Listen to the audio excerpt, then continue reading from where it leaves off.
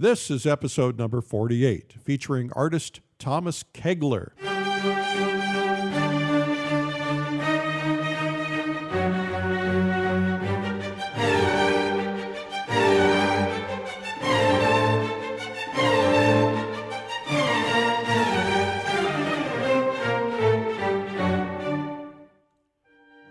This is episode number 48, featuring artist Thomas Kegler.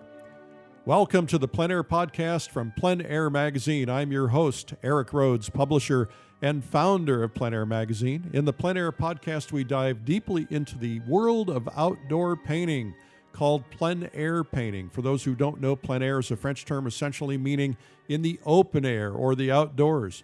The French pronounce it plein air, others say plein air, but no matter how you say it, there's a huge movement of artists around the world going outdoors to paint, and this show is about that movement.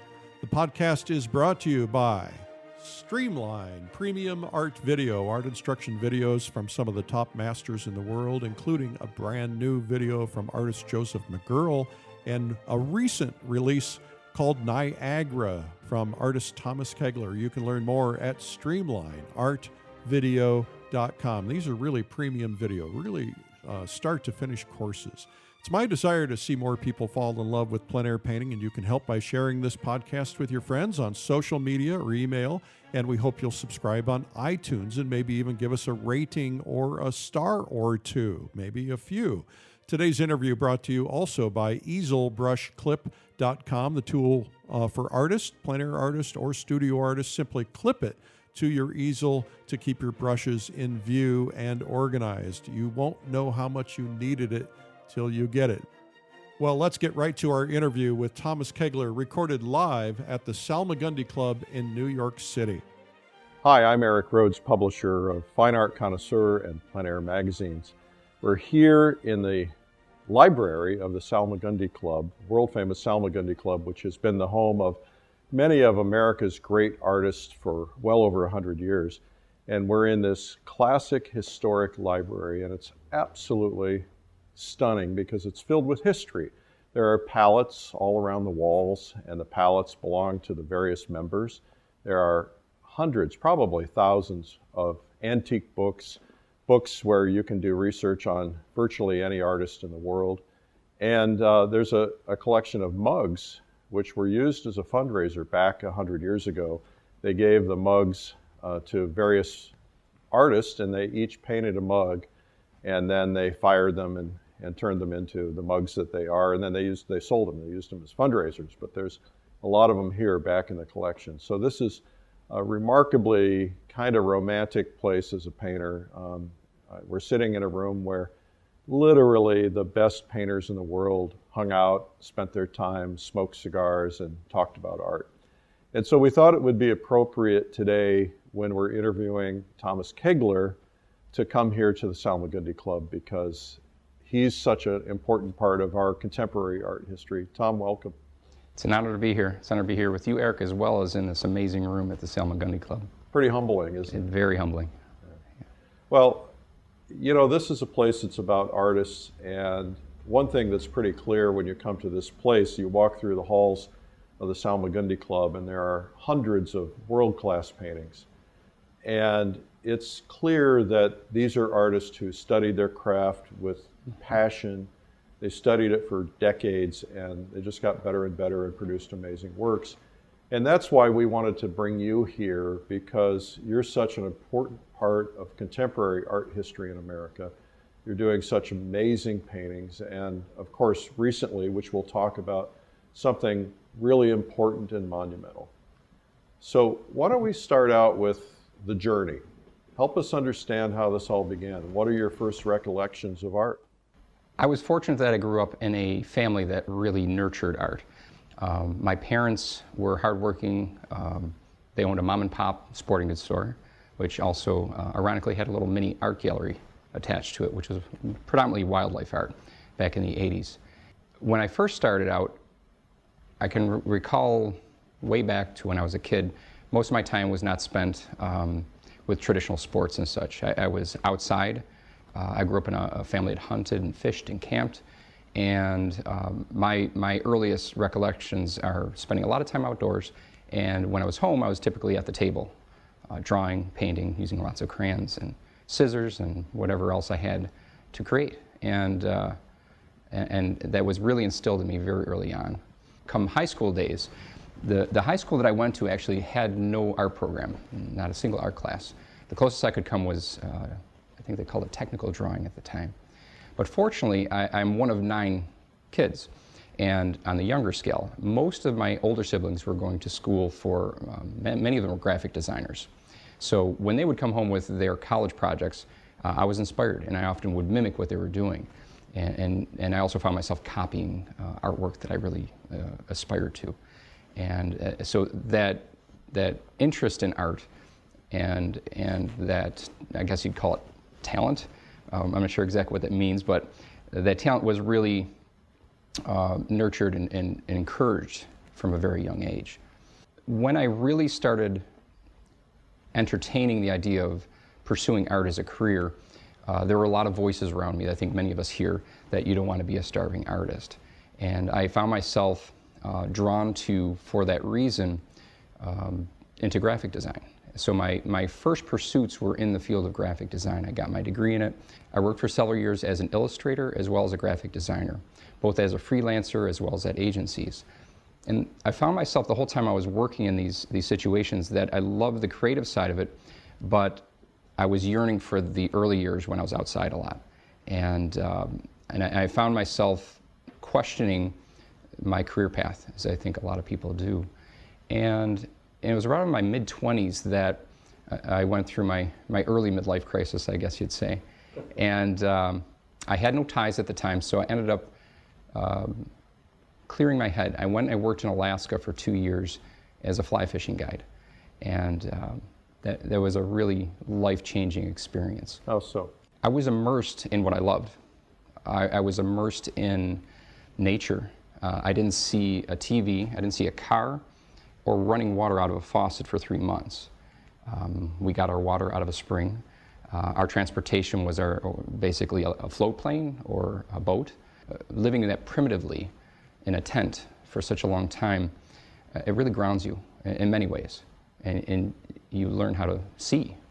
We're so inundated today with contemporary media that I think it's a detriment to our observation skills. Well, certainly, I think what seems to be happening is that we have so many things calling for our attention. Mm-hmm.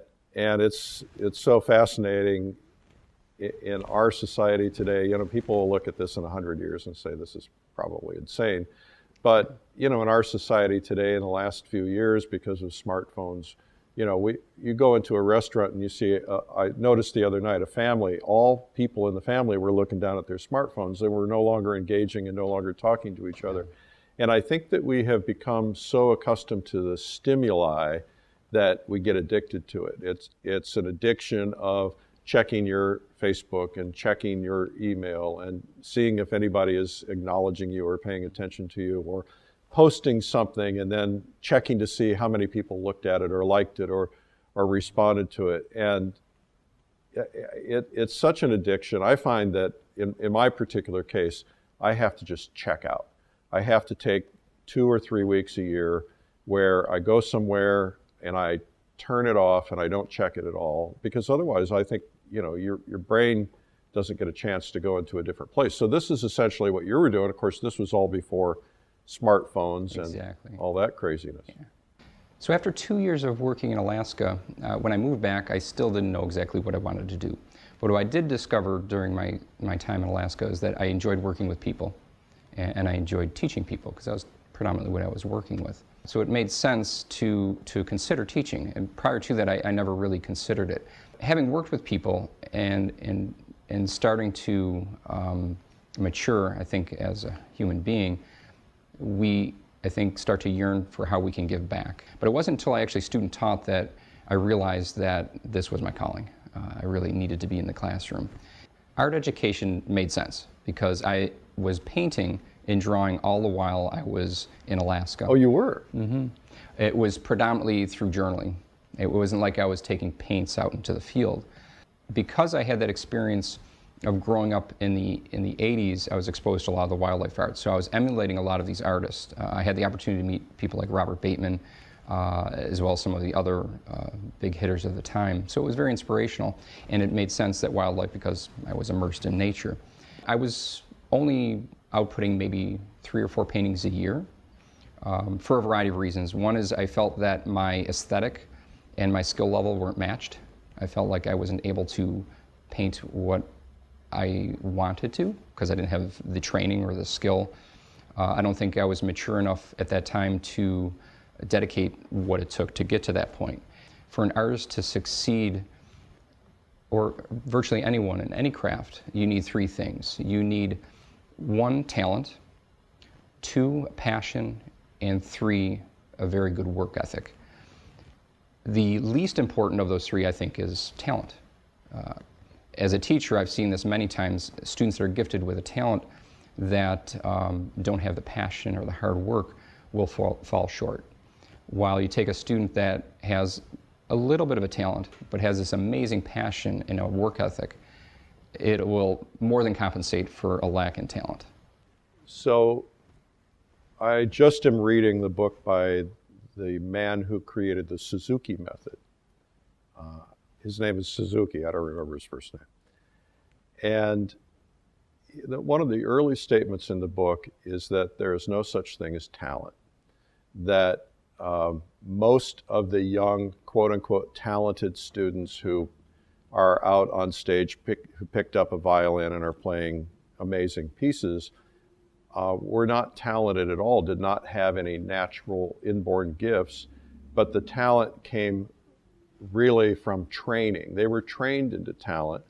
And one of the things that I think is really critical for people to understand, this is my belief, and I'd like to get your opinion on it, but when I'm outdoors painting, inevitably every time if I'm in a public place, someone will walk up and they'll say, I wish I had that talent. I can't draw a straight line. I don't have this in me.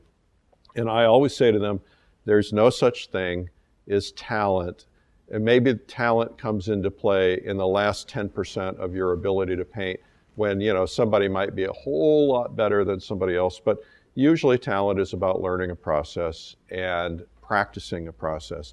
And I have found, for instance, the people who are exceptionally talented, like yourself, for instance, like Jeremy Lipking, for instance, these people put thousands and thousands and thousands of hours of practice and learning from others who are better than they are, or someone who can teach them. So how do you feel about that? I think you could say that in many ways talent is synonymous with skill. And skill and technique are a learned method. Now, some people have a predisposition to have a really good eye and see things, and that's going to speed up the process of acquiring the skill and the talent. But in the end, I think it's through experience and putting the miles on, and through potentially good education or mentoring. Those all plug into the umbrella of talent. So some people have been born with this gift of a good eye, and perhaps a hand-eye coordination that plugs in well to an aesthetic. But in the end, that all gets well-rounded and fulfilled through the passion and through the hard work. I think the message for the people who are watching this video, for instance, is if you were discouraged, just give it some time. The best way to get out of any growth problem is to just keep practicing. And though you can practice badly, so you want to get some good instruction. And if you get good instruction, somebody like Thomas, watching videos like this, that repeating the process, just don't ever give up, because you'll be frustrated. And what I found, Thomas, is that most of the artists that I know, and probably know hundreds of them, most of the artists I know have all been at a place where they were discouraged, they thought about quitting, they just didn't feel like they were making any progress. They get to certain points in their their career, if you will, even if they're not professionals, their painting life where they can't get any further and they give up. And then something triggers a change. For instance, when you get to that level of frustration, that I think says you're about to take a big leap in growth. And so we should look at these moments of frustration as gifts. Absolutely. Instead of looking at them as problems. I remember Scott Christensen and I went to Russia, and following the trip, he called me and he said, "Eric, I'm going to stop painting." And I said, "What do you mean you're going to stop painting?" And he said, "Well, I can't do it anymore." He says, "I was so overwhelmed by looking at Shishkin and Levitan and all these guys repping in Russia and the quality of their work." He said, "I just realized I can't ever get there." And I said, "You can get there." He said, "But I can't paint the same way anymore." And I said, "Just keep at it. Just keep doing it." And so he called me about 3 months later. He said, "It took me 3 months, but I finally broke through to the next level." So even somebody who's an iconic painter like that has gone through those experiences. What kind of experiences have you gone through? Yeah, I think all artists go through trials. And in the end, I think you will learn far more from your frustrations and your quote-unquote failures than you ever will from your successes. Successes will make you feel good, but it's temporary. It's the failures that embolden you. It's what adds to your knowledge. And if you're inspired, you're going to find ways of overcoming those challenges. And it becomes part of your tools, your tool chest when you're in the field, both mentally and physically in terms of equipment. I remember the first time I ever painted outside. It was in my mid-20s. A friend of mine called me and said, "Let's go paint outside." And this is before I even heard the term plein air. And we went to a local spot, and we did everything you could possibly do wrong. We brought way too much equipment. We set up in the middle of a sunny field with the sun beating on our canvas, and we didn't have the right mediums, the paint thinners. It was a very disheartening experience for me. It made no sense. Why would you do this to yourself? And it was 10 years before I painted outside again. For those who might be watching this and have not experienced painting outside, I think just to point out a couple of things that about plein air painting. I publish, as you know, PleinAir magazine, and we teach a lot of that. And so the references that you made, taking too much stuff, those people who have perfected the art of plein air painting gotten to the point of getting it all into a small backpack rather than, taking the whole studio out, which is what I did my first time. Secondly, they don't try to paint in direct sunlight because your pupils are dilated, and as a result, it throws off the values of your paintings. And values, for those who might not know, are the levels of grayscale, if you will, dark to light. So when you paint outside in bright light and you bring it back into the house, into normal light, you get usually an overly dark painting. Exactly. Right. It's overly dark. Almost always I will revisit a painting by hanging it on the wall and assessing it under the light it's going to live in. And I think that helps a lot. I do know painters who will paint in direct light, but they have some little tricks they employ, turning the canvas around into the shade so they can get a feel for it and so on. Yeah. So you didn't go back to plein air painting for 10 years. 10 years, yeah. But all the while I was still painting. I found myself, because I knew no better, using predominantly photographs. What I found through using photographs early on in my painting was that I found myself not being able to get any better. I was definitely finding myself limited by the photographs and what they offered, which was limitations on value structures, limitations on understanding the nuances of temperatures in paintings, especially in the colors. It took a long time for me to figure out what I was doing wrong. I'm a self-taught painter. I've never taken a class or a workshop. Wow. I've read a lot of books, and most of my education in painting took place within the last 10 years. So let me ask this question. This is probably a hard question, but knowing what you know now, and if you had to do it all over again, would you still go for being self-taught, or would you try to have found an excellent mentor who could have got you to where you want to be? And would you have ended up in the same place? That's a great question. I think there's something to be said by not taking the straight road to get to your goal. Because all along the winding road, you're picking up tools from places you may not have considered. So for instance, my career in graphic design taught me about composition, taught me about color, taught me about simplifying the visual space. Had I gone right into mentoring with a painter, I may have lost out on those benefits. I think there's something to be said about studying with a mentor, with a master painter. You're going to learn the tools of the trade. You're going to learn work ethic. You're going to learn just how to construct a painting in a way that's going to last. And those can be found in books, and that's how I've acquired them. But there's something much more tangible about doing it hands-on with someone. Yeah, well, so in a book, there's only so much you can get out of a book, but when you're side by side, that's why these videos are so powerful. Yes. Is because, wouldn't we love to have a video of George Ennis or one of those guys painting anybody? They just didn't exist in that time, and there are people who have explained things, but we don't really have the full picture in some cases. Some cases are well documented. Exactly. So if I were to do it all again, I'm not sure I would do anything different. I'm pretty happy with the way my life the path has gone.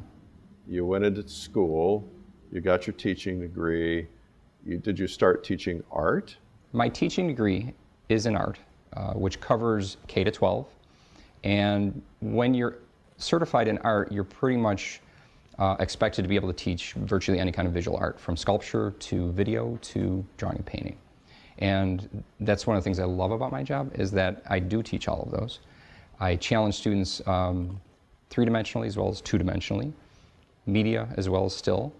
It has helped me develop my own eye for my own art making. I'd like to think they give me as much as I give them. And just listening to the way they talk about their art, or their color sensibility, or their compositional sensibilities, I'm always picking up on that. And the other thing is, through teaching, it's forced me to be able to talk about art processes that are normally much more intuitive, and that you do subjectively without really thinking about it. By forcing myself to be able to talk about how to do these things, I find myself, when I'm painting, that I'm doing it in a much more structured way. Not that I'm still not enjoying the creative process and the spontaneity. That's certainly still there, but I've found that, especially things like composition, I'm really thinking through about my placement of things, so that I'm creating an engaging two-dimensional space that the viewer hopefully will be able to spend some time on and enjoy the process of the way the eye moves through it. I taught 2 years elementary, and I've been teaching the last 18 years in the same high school, and it's a gift. I consider myself fortunate. Every day when I wake up, I look forward to going to school. I look forward to going to teaching and challenging these young students. And have you heard from students who caught the bug, that you taught many, many years ago, who are now out and have become artists? That's probably the best part of teaching, is that we all have our bad days, and we all question our drive or our point or our direction in life. And I find that sometimes when I'm feeling that way, things kind of play out where I just happen to run into a past student that I had 5 or 10 years ago. And they'll say that I'm pursuing something in the arts now, and it was because you said this back in high school when I was there. And that's when it really hits home as to why I do this, and it really is very fulfilling. So you started going out painting again, and you started developing this reputation as being kind of a modern-day Hudson River School painter who has matched, or quite frankly, in some cases, I think exceeded the quality of some of those painters. Thank you. That's very humbling. That's, and I know that would be hard to buy, but I think from my perspective, you're really one of the great landscape painters of our time, and maybe of all time. And so how did this develop? You started going back outside because you were not getting what you wanted out of photographs. And I think for the viewer, I didn't understand this when I first started painting, and I was painting from photographs. Photographs lie. Absolutely. So first off, the lens is curved, so your perspective is a little askew. Secondly, the shadows are always darker in a photograph. Now with modern technology, it's getting better. But still, photographs are typically darker in the shadows. The lights, the exposures are blown out, right? So if you take a picture of a landscape with a landscape in the sky, either the sky is perfectly exposed or the landscape is perfectly exposed. But what you can see when someone paints from a photo is that, if the landscape is exposed, they've painted it that way, and then the sky is blown out, and they've painted it that way. So that's where it fools the eye. And then, of course, there's color and values. Photographs tend to lean cool. Depends on, of course, the settings, because time of day, you can get certain warmth and so on. But the cameras always lie. Right. And so you really got off this track on photographs at some point. I wish it was that night and day. Back in I think it was 2005, I was still painting back at that time, and I actually had a really life-changing accident that I guess it was kind of a wake-up call, and I look at it as a gift. I had a severe injury to the forearm of my drawing hand through a chainsaw. It actually went right to the bone, and I still had permanent damage from that. I went through the typical grieving process and the healing process. The first thing I did the day after was I painted a picture, and it was a landscape. It was from photographs. For me, it was a wake-up call. I felt this incredible drive. I need to do something with this gift that I've been given. I need to develop it. I need to take it to another level. During the month that I was healing from this, I ordered a stack of art books, and I read the whole time. And I like to say I came out of that like a racehorse. So I went from painting 3 to 4 paintings a year to what I'm currently doing is close to 100. Are you really? Yep. Now, obviously, from this size to this size. Yeah, but to produce 100 paintings, and I know that you're a quality freak. Yep. So you've really learned to speed up the process. Through experience comes efficiency. Through efficiency comes speed and confidence. So you've said a couple of times that you look at bad experiences as gifts. I sense there may be a little bit of a spiritual relationship. Do you want to talk about that at all? Sure. I have had a life grounded in faith since early childhood. It was part of our home. That combined with my experiences in nature, as well as my art, have always been integral. And most of my paintings have a biblical verse tied in with the title. And for me, it's an invitation to the viewer to look up the verse and consider it and hopefully find some connection between the verse, the painting, and maybe their own lives. It's not meant to be a literal title. It's more of an engaging title. So when I'm out there in the field and I'm painting, I'm being infused with creation.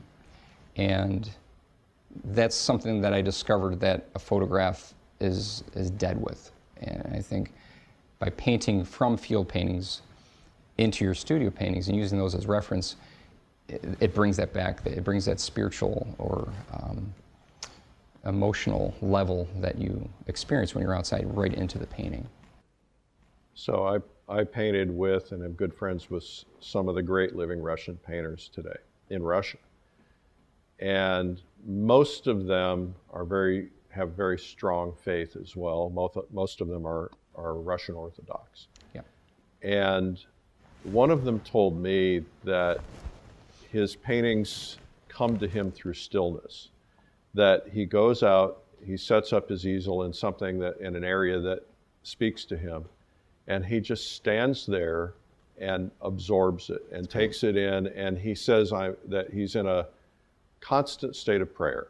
That's great. And even though it's not, the act of prayer as we typically would think of it, where he's talking and so on, he said that he's in a constant state of praise and prayer, and that the Spirit then moves him and he stays in that state while he paints. He said it's like a meditative state. Wonderful. Is that kind of what you experience? I'm going to have to try that, because it sounds like a wonderful approach. My typical approach is to start the day with a painting through prayer. I ask God to prosper and bless the work of my hand through the brush. Then I just kind of let the painting evolve. There's obviously a lot of planning involved, but the actual act of painting to me it's a burst of adrenaline and energy. That's why I can't paint at night, because I'll find myself up at 3 in the morning. So I've actually reversed it, and now I get up at 4 in the morning and I paint for several hours before I go and teach. Wow. And that way I've got to leave the studio, there's something special about leaving the studio wanting more too, as opposed to leaving it exhausted. It's something I look forward to every morning. I think one message to the viewer here, at some point you need to get outside and paint. You don't want to do it too early. You want to learn, I think anyway, you want to learn kind of the basics of painting, how to mix your colors, how to deal with all of those things, because you don't want to have to figure that stuff out and deal with blowing wind in nature and light and changing clouds and everything else. But ultimately, that's where you want to be, because that's where you're going to get the most sense of form, the most sense of light. And sometimes they're fleeting, right? Yeah, I would assume that sometimes you do pretty rapid studies just to, like the clouds change, the light comes in, and you're like, boom, I got to grab that. Absolutely. Yeah. I've found over the years that sometimes taking a mental picture is very effective. And then while it's still fresh in your mind, so for instance, driving down the road, you see this amazing sunset. Stare at it for a minute, take a mental picture. As soon as you get home, even if it's just using pastels or watercolor, get it on paper. And then you can develop that further. There's something special about a burned-in visual image in the mind that it gets distilled to a very simple form. And the details, which are the least important anyway, get eliminated through that memory photograph. That I found has been really effective for me. You have to train yourself to do that. It takes a lot of training. And yet, to make that point, we have all walked into a museum or a gallery, seen a painting, glanced at it for a brief period of time, and we can't get that painting out of our head for the rest of our life. I was actually teaching my students, and I came across a George Inness. I'll never forget it. It was one of his more humble ones. It was Home of the Heron, which is a very deep, dark, kind of like a swamp scene, glowing background through some trees and just a little silhouette of a heron in there. That painting moved me, and it's not one of his more, amazing sunsets. That one has stuck with me, and that's what I want to do with my work, is create work that has some kind of universal attraction, that has simplicity, that there's something beautiful in the ambiguous, and I think that resonates with a lot of people, and trying to capture, I think, the spirit and the experience as opposed to the detail. I was in Florence a couple of weeks ago, and I was with the great teacher Daniel Graves, who does amazing landscape work. You don't see much of it because he's known as such a figure painter. But he said something to me which I had not really thought as much about and articulated. He said, one of the problems we have in our culture of artists is that we're learning technique and we're able to paint what we see. He said, but a good painting goes beyond painting what we see. It goes into touching, having a sense of a spiritual connection or a sense of emotion. And he said a good painter can go out on location and then use what he sees to create something that is maybe even more remarkable than what he sees. I completely agree with that. I think during the training process, I think it's very important that an artist learns to draw what they see. Then once they've developed that technique in the eye to be able to do that, that gives them a knowledge. If you're painting a figure, you have the knowledge of anatomy that frees you to be able to be much more creative with the positioning, even if you're making it up, because you're basing it on a knowledge. Well, it's the same thing with a landscape. Understanding the landscape through an anatomical sensibility, how clouds form, will free you to be able to understand how to design a painting with clouds that make sense, that form at that time of day under those temperature situations. How a tree forms, how a tree grows, how they respect each other in the forest, and what are they trying to do? They're trying to get sunlight. So if they're in the forest, they're growing straight up. If they're out in the field, they're trying to get more light, so they're spreading out. Understanding that will help you to be able to create a poetic statement in almost like creating your own stage, because you have this anatomical understanding, which frees you to be able to make more emotional and poetic statements. So that it can be learned. Absolutely. Through hard work, yes, and perseverance. So let's talk about the Hudson River School Fellowship. Tell me about the program, how you got involved, and what it means to you. As they say, I'd rather be lucky than good. I got really lucky to get in the Hudson River Fellowship. There are far better painters than me that I think would have plugged in there perfectly. What is it? Tell people what it is. How I got into the Hudson River Fellowship, I like to say, was just divine intervention. Prior to my application, I came across an article in a magazine on Jacob Collins, and I was blown away by his work. And I think it was about a year later, I noticed a little ad for the Hudson River Fellowship, and I saw that his name was tied in with it.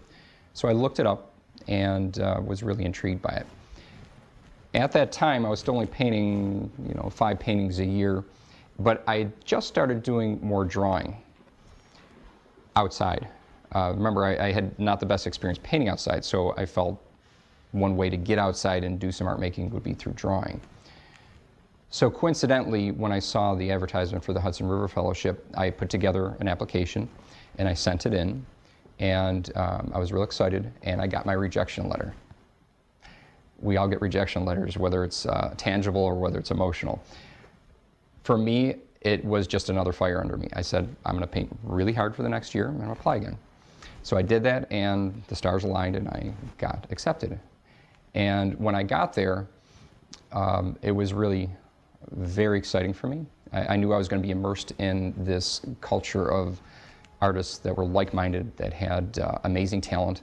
And when I got there, I met 25 or so amazing painters that were still wonderful friends, but they all came from something I didn't have. They had training with ateliers, almost every one of them. I was the only self-taught artist there. And I'll never forget this. Jacob brought us all in the room the first night of the first fellowship, and to initiate dialogue and kind of introduce ourselves, he started projecting our application pictures. And I'm looking at the stuff that's up on the screen, I'm like, I'm not sure why I'm here right now. This is ridiculous. I was the last one to have my work projected. And people came up to me after and they said, oh, those are beautiful landscapes. And then it kind of clicked. I think I must have got in part because most of my work was embodied in the landscapes. Pretty much everything that I saw from the other students were these amazing figures and still lifes, and some drawings that were related to nature. I just felt very blessed to be in that setting. So I made a goal to myself. I said, I'm going to try to paint with a different person every day, and I'm going to pick their brains on technique, material, processes, and approaches. I walked out of the Hudson River experience my first year with a book full of notes, about 50 drawings, and about 40 field study paintings. That, for me, was my graduate degree in art training. And how long was that process? How long was the fellowship? The first year I was in it was 4 weeks. And one of the most special parts of it, not only was I immersed with these amazing artists and sitting up at night, just talking art and talking shop, that was amazing. But the other wonderful accent to the Hudson River Fellowship is they brought in professionals that were not artists. They brought in art historians, physicists, botanists, geologists that would just talk about how the Catskills formed and walk us through the forest talking about the plants. Again, that anatomical knowledge was the graduate degree for understanding how to paint. And so you did it for how long? I was juried back into the fellowship for the next 2 years. And then my third year in the fellowship, Jacob said, let's go out and paint together today. So we hiked several miles up into the Catskill Mountains, and we're overlooking the north-south lake region, and we're painting. I said, I've been wanting to ask you, we're thinking about taking the fellowship up to another level and starting to offer workshops in conjunction, and we were wondering if you'd be interested in teaching. So I'm kind of like pinching myself, trying to keep my cool. I said, absolutely, I'd be honored. And I've been teaching with the fellowship every year since. And it's wonderful because the workshops that are held in conjunction with the fellowship are open to anyone. So it's a chance for people to be immersed in the culture of the fellowship and be around that incredible energy, even if they didn't get juried in. I was not aware of that, Dan, because my assumption was you had to go for the full time and you had to be basically juried in. Right. So the workshops, they're kind of like this parallel entity that are going on with the fellowship, but they're self-contained. And I might teach a 3-day workshop while the fellows are over here for the 4 weeks or the 3 weeks. Right. And there might be 3 or 4 other workshops that someone can go. I've got a week, so somebody can go there and paint for a week, or they can paint for 2 days. And they've got Eric Kopel and Ken Salaz and some of these other amazing painters that offer these workshops. And it's so wonderful because at night you may have 20 fellows that are getting together at some central location, and typically they'll invite all the workshop people to come and join, and we'll just talk shop, and it's wonderful. And you're developing such deep friendships, and you learn so much from those evenings together. As you may or may not know, I do an event in the Adirondacks every year, and I've done it for several years now. And I will attend it one of these years. Yeah, you're going to attend the next one, hopefully. The magic of being together, even if there's no workshop, quite frankly, the magic of being together with other painters, what we do is we all go paint together. We have two groups, Group A, Group B. We go out and paint together. Group A goes to one place. It's just because of the volume of people, because it's about 100 of us. And then every night, everybody brings in their catch for the day. I call it the catch for the day. And we lay out our paintings. And it's the best learning experience is to see how somebody else interpreted the same scene. And you'll see 50 paintings from approximately the same place, and none of them look alike. And some of the painters are beginners, and some of the painters are highly experienced. And nobody cares. It's just we're all out there together and we're learning from one another. And then we sit up at night and we just talk about art and the things that we've learned and what we learned today. And everybody just gets so much out of it. And I think we need more of that, and because that's where the magic really happens. That's, it's one thing to attend workshops, but a lot of workshops, they go during the day, then they go to their hotel room at night, and they're not interacting like they should. And I think that interaction really should be mandatory because it's really critical. It's huge. Having a network of people beyond Facebook and social media where you can actually sit down with someone and enjoy a beverage and just talk, paints or the landscape or the still life or whatever, and just having that dialogue with like-minded people in any endeavor is so valuable.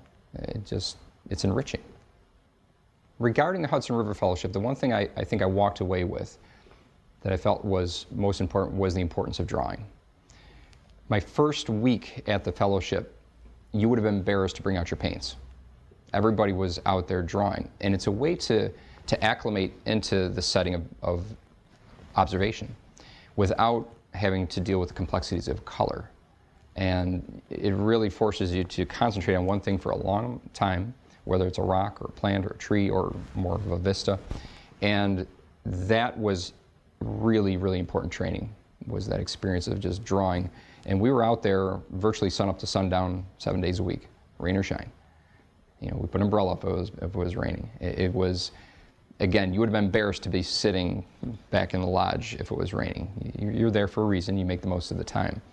Then the second week, then you start transitioning into both open grisaille and closed grisaille. Grisaille is, the term is gray painting. Typically it's done with like a raw umber, that's probably the most common. And it's a monotone painting where you're starting to understand how to use paint. You're understanding how to interpret the landscape through values and not having to deal with the complexities of color. Your third or fourth week, then you start transitioning into full color paintings. And I found that a really effective way to do that is to not embark on a huge vista, which is dealing with everything from detail to space and pushing form. A better way to study the landscape, I think, is to do small still lifes that you find in the forest floor, and then work yourself up to a portrait of, say, a tree, and then work on what I would say is the macro, which is the vista. It's a much easier transition from going to painting, say, still lifes, which is very controlled, or even figure painting. When you go outside, you're dealing with all these variables of light, which is what most people complain about, wind, insects, temperature, you name it. It's all beating down on you and fighting you. And then if you combine that with something as complex as this incredible visual stimuli of a big vista, you're setting yourself up for a lot of frustration. So an easy transition would be to start with going into a forest, find a nice quiet place, and just find some really interesting objects on the ground and start there. Having gone through that experience of 4 weeks of drawing, painting outside every day, when I tried to paint from a photograph when I got home, I couldn't do it. I found myself having a really difficult time finding something valuable or informative through the photograph. I always found myself going back to my sketchbooks and really finding, trees or forms that made sense to me that I could include into a larger painting. It's amazing how that happens. And I fought that for a lot of years. I still take a lot of photographs when I'm out, especially if I'm in places where I'm fleeting and I can't spend a lot of time. I can't sketch. But I don't use them. I tell myself I might use them, but I don't use them. And I've gotten to the point where I can only paint from my studies. Mm-hmm. Now, I'm not a big sketchbook guy, and I need to become one. But because the studies don't lie, right. And I know that some painters actually try to match their studies exactly. For instance, Kevin McPherson will lay a piece of clear plastic over his painting, and he'll actually match the color first so that he gets it right when he's making a bigger painting. But, and the other thing that I have found fascinating, and I was glad to hear you say it, is the idea of the gray underpainting, the grisaille.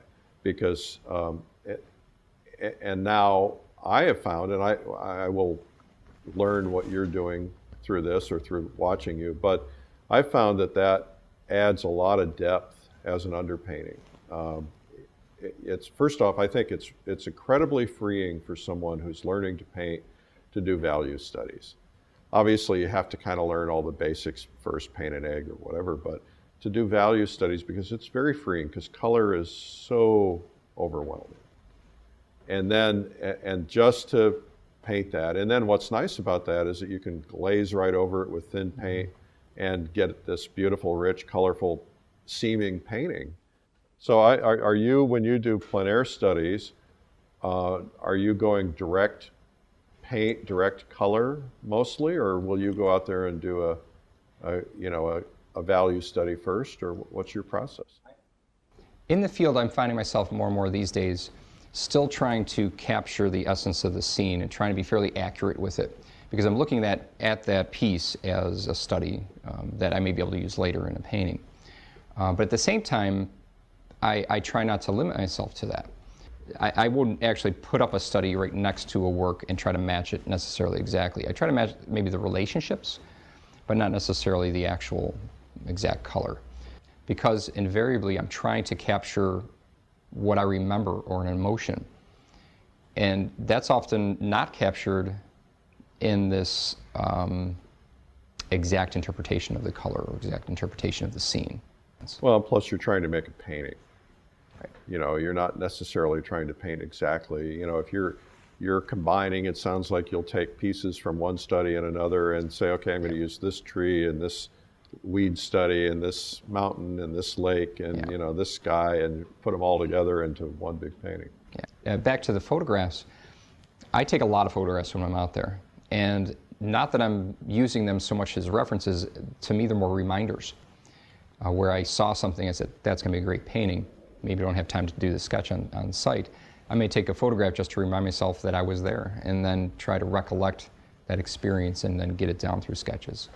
And in terms of sketches, I find that note-taking with your sketches is very helpful, at least for me it is. When I was in the fellowship, we used to make a ritual of going out and painting the sunset every night. And the magic happens in about 20 minutes. Well, if you paint it outside before, you know it usually takes a half an hour just to mix your paints. So one way of dealing with that, I found that I would do a sketch of the landmass, and I found that I could write notes a lot faster than I could paint.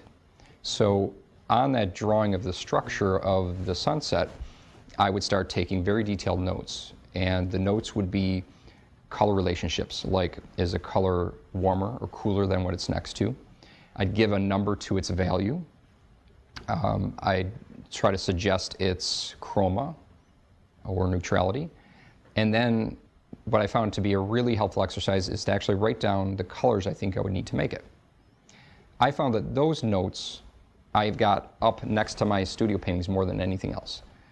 It helps me recollect how I would interpret that scene through pigments. Some of the best artists I know, some of the best-selling artists I know, and not very many, but are following that exact same process. George Carlson, who is one of the top-selling, most in-demand artists, I think he probably does 6 paintings a year if he's lucky, and they sell for a couple $100,000. He has stopped doing plein air studies, gone out only doing sketches and associating numbers and using the same thing. And if you look back at the notes from some of the Hudson River School painters, a lot of those guys were doing that as well. Yeah, it's a really effective way to get the information down quickly and very analytically too, because when you're painting in the landscape, it's a great experience once you get comfortable doing it.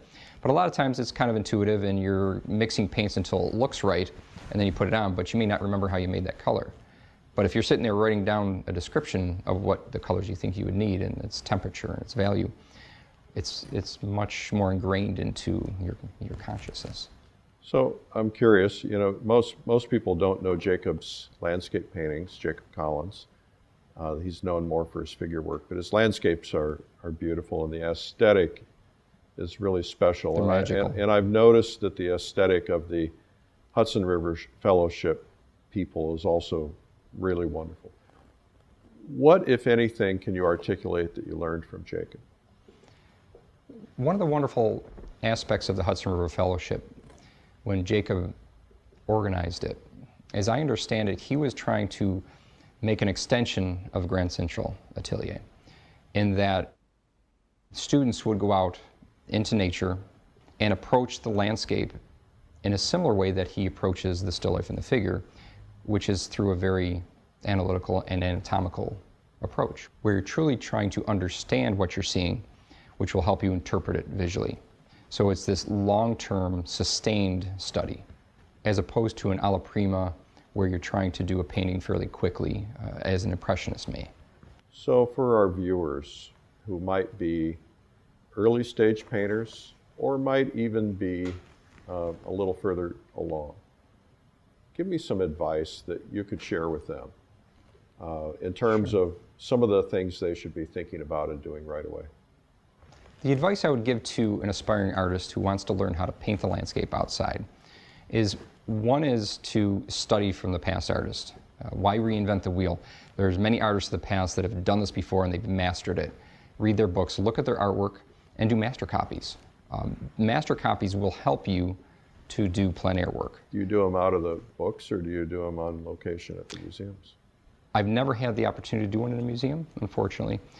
I have done them from books, but if you have a really good monitor, the quality of the high-resolution images from many of the museums now is almost as good as being there in person. You can't understand the sculptural quality of the paint, but you can really understand the color and that approach. That helps a lot. The other advice I would suggest to anybody who's developing their skills is to get out and paint a lot. Don't give up. You have to get a lot of miles under your belt. A lot of times when I'm doing a demonstration or I'm teaching, a student will say, I could never do that, or how did you do that so fast? What they're not seeing is the 50 discarded paintings that it took to be able to do that one. There's no shortcuts. Got to practice. You have to practice. Yeah. perfect practice. Just take one thing and do it till you get it right over and over again. And follow your passion and enjoy the journey. There's going to be hiccups and there's going to be mistakes, and if you look at them in a positive light, they're going to help you. So talk to me about the Niagara painting. You chose to use that as a instructional experience for people. And usually something instructional is relatively small and relatively simple, but you chose to take something that was a massive, very difficult subject. You used a large painting. The video is extremely thorough and long and really gets into it, and there's got to be 1,000 different lessons in it. Tell me why you chose to do this project and what this project means to you, and why it's important to put this all in an instructional setting. Several years ago, I created an instructional video on plein air painting. And what I wanted to do with that was take the skills and the lessons I learned through my experiences in the Hudson River Fellowship and try to embody that in a short video on painting outside and some of the things that I think about when I'm painting outside. And it took me a little while to recover from making that video. And I felt that a seed was also planted on what's the next step. What do you do with these field studies once you start to understand the landscape? So it made sense. I said, all right, I'm going to want to do a studio painting and talk about how to use the field studies to create this. So it took me, ironically, close to a year to decide on what the subject would be. And then it just kind of hit me, like the Hudson River artists would often go to Niagara Falls, and it's less than an hour away. I'm not sure why I didn't think of this earlier. It made a lot of sense. And then, originally I was thinking maybe 18 by 24 or a 24 by 36 painting may make some sense. But I said, you know what, there's a lot of videos out there that show how to do a modest size studio painting. And I've never embarked on a really big painting. So I said, if it's going to be Niagara Falls, it would make some sense to make it a real big one. So it just kept growing and growing until it became 8 foot wide. And I'm very happy I did that, because I learned a ton from doing this video. I learned about how to deal with a big canvas, how to make a frame from scratch, how to deal with composition on a larger scale, because a large scale painting, the composition needs to be approached very different than a small one, because in many ways the person is engaged physically because they have to walk within the confines of the painting, as opposed to small painting where you're just experiencing it from one vantage. And one of the things, as the painting was coming to completion, I was often having artists come over to critique it and get input, which I love doing. I always need that. And I found them interacting with the painting in ways I didn't foresee, which was this incredible dance of not only back and forth, but this dance of going back and front. And they were describing how they were experiencing the painting on an intimate scale when they're close, and then how different that felt when they got further away from it, which for me was a gift and very special. Wow. Well, congratulations. Thank you. It's a stunning painting. It's a monumental effort. And I think one thing that we need to remind artists about is that size does matter. Yeah. And what I mean by that, first off, we here at the Salmagundi Club, I've seen some unbelievably small masterpieces that, I'm out here photographing every painting because they're so wonderful. So size doesn't necessarily matter. I mean, you can make a masterpiece in any size. But the things that hang in museums, the things that you'll be remembered for when you're long gone, are likely to be the bigger paintings. Because most people aren't going to put them in the Salvation Army or throw them out. They're going to end up somewhere, and hopefully, our careers go well enough that we'll be noted, and then the bigger, better paintings are going to end up in bigger, better collections, and then ultimately museums. And so I applaud you for that effort. Thank you. Because I don't think anybody really understands, or very few people understand, what a Herculean effort it is to create a big painting like that, and to do it, especially with the kind of sensitivities and detail that you've put into it. So congratulations on something that I think will be remembered for hundreds of years to come. Thank you. I'm very excited to share it. Great. Well, I've learned so much from you in this conversation today. Do you have any final thoughts for our viewers? The only thing I think I would say is that don't be too hard on yourself. I teach a lot of workshops, and I think that I've seen many a wonderful painting abandoned too early, where the internal dialogue and those silent voices that get in every artist's head, don't listen to them. So a good way to deal with that? There's a lot of different ways. One is to get a support group. I find that if you have a solid foundation of good artist friends, they will help you through those difficult times. Yeah. The other thing is take a walk. Yeah. Walk away from it. We get so wrapped up in our paintings. Just take a walk. Get away from it for a half an hour. It doesn't matter. I mean, yes, the light's going to change. Everything's going to change. But sometimes you just have to separate yourself. And the same is true with the studio painting. And sometimes you just have to put it down, not deal with it for a couple of months, bring it back when you can get enthused about it again. Because if you've lost your passion, if you feel like it's drudgery when you're painting it, you shouldn't be painting it at that moment. You need to be excited about it and feel like you're making progress. And if you're not, put it away, and then it'll speak to you at another time. And be willing to fail. Be willing to fail. Otherwise, you never give yourself the gift of the opportunity to succeed. Well, it's been a pleasure getting to know you. Thank you for it's wonderful to sit down with you. Taking the time and being in this historic place among your peers. It's a pleasure. Thanks again to Thomas Kegler, and thanks to the Salmagundi Club. I'm a member, but thank you for letting me use the library. Thank you to Tim Newton, the president. Today's interview was sponsored by easelbrushclip.com, the cool tool for studio and plein air painters. I've got 2 on my studio easel, 1 on my plein air rig. Check it out, easelbrushclip.com. Podcast was also sponsored by Streamline Premium Art Video, where you'll find the world's top artists teaching master artist courses on video, including the new Niagara series from Thomas Kegler, who we just spoke to.